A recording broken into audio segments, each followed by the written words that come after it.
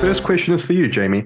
You directed episodes of Luther before. What did you try to do differently this time around for The Fallen Sun? You know, I love Luther. I loved Luther before I directed it. So I came at the series as a fan. If you'd have asked me what I believe made Luther great, I'd be able to tell you before I directed an episode of it, just from an audience member. I think is making sure that in a 2-hour format that we protected all those things that made the story great in the first place. So as far as what the difference in directing from a television series to a film is time and resource, and the rhythm that was so carefully calculated in the TV series is as calculated in the feature length. But I was just given more time and resource to do it, and I guess it was how to make best use of that.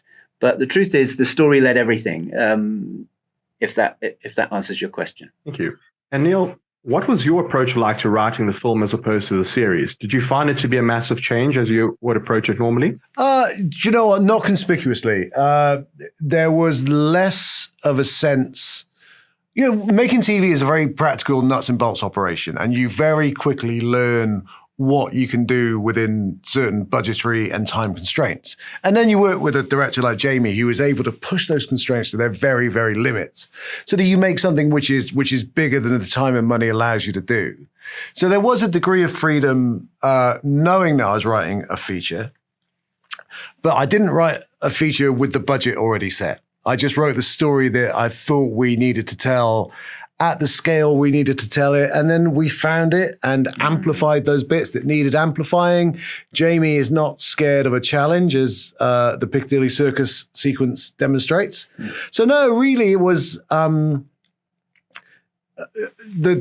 challenge of the script was just making sure that we were telling a story about John Luther. That no matter how different the storyline might be, or whatever different the circumstances, it's still him.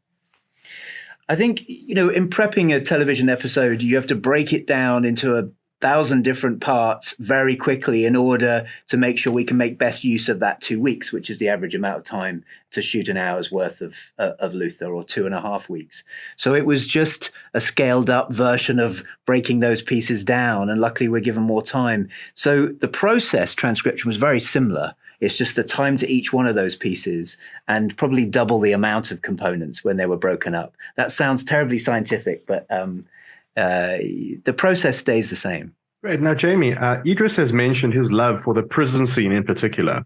What were the challenges of shooting such a sequence, especially since there aren't that many cuts and it feels like a rather fluid scene? First of all, the location is tricky because it's a Victorian location. I think it'll still be there when we're long gone. So moving a film unit through it was tough. We did a lot of rehearsals for those one takes with very well-trained stunt performers, just to make sure that we could achieve those single takes.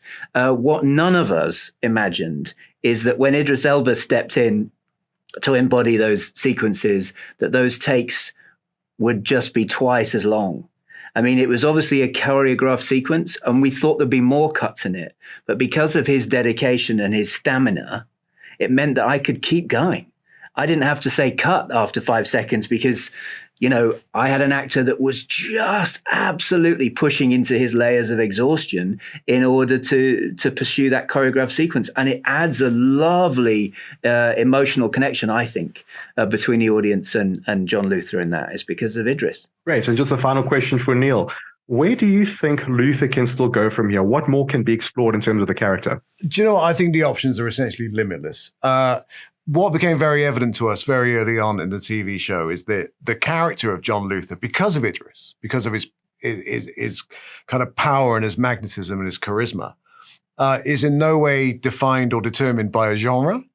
So part of the process of making a TV show was just latch by latch, freeing him from the shackles of genre.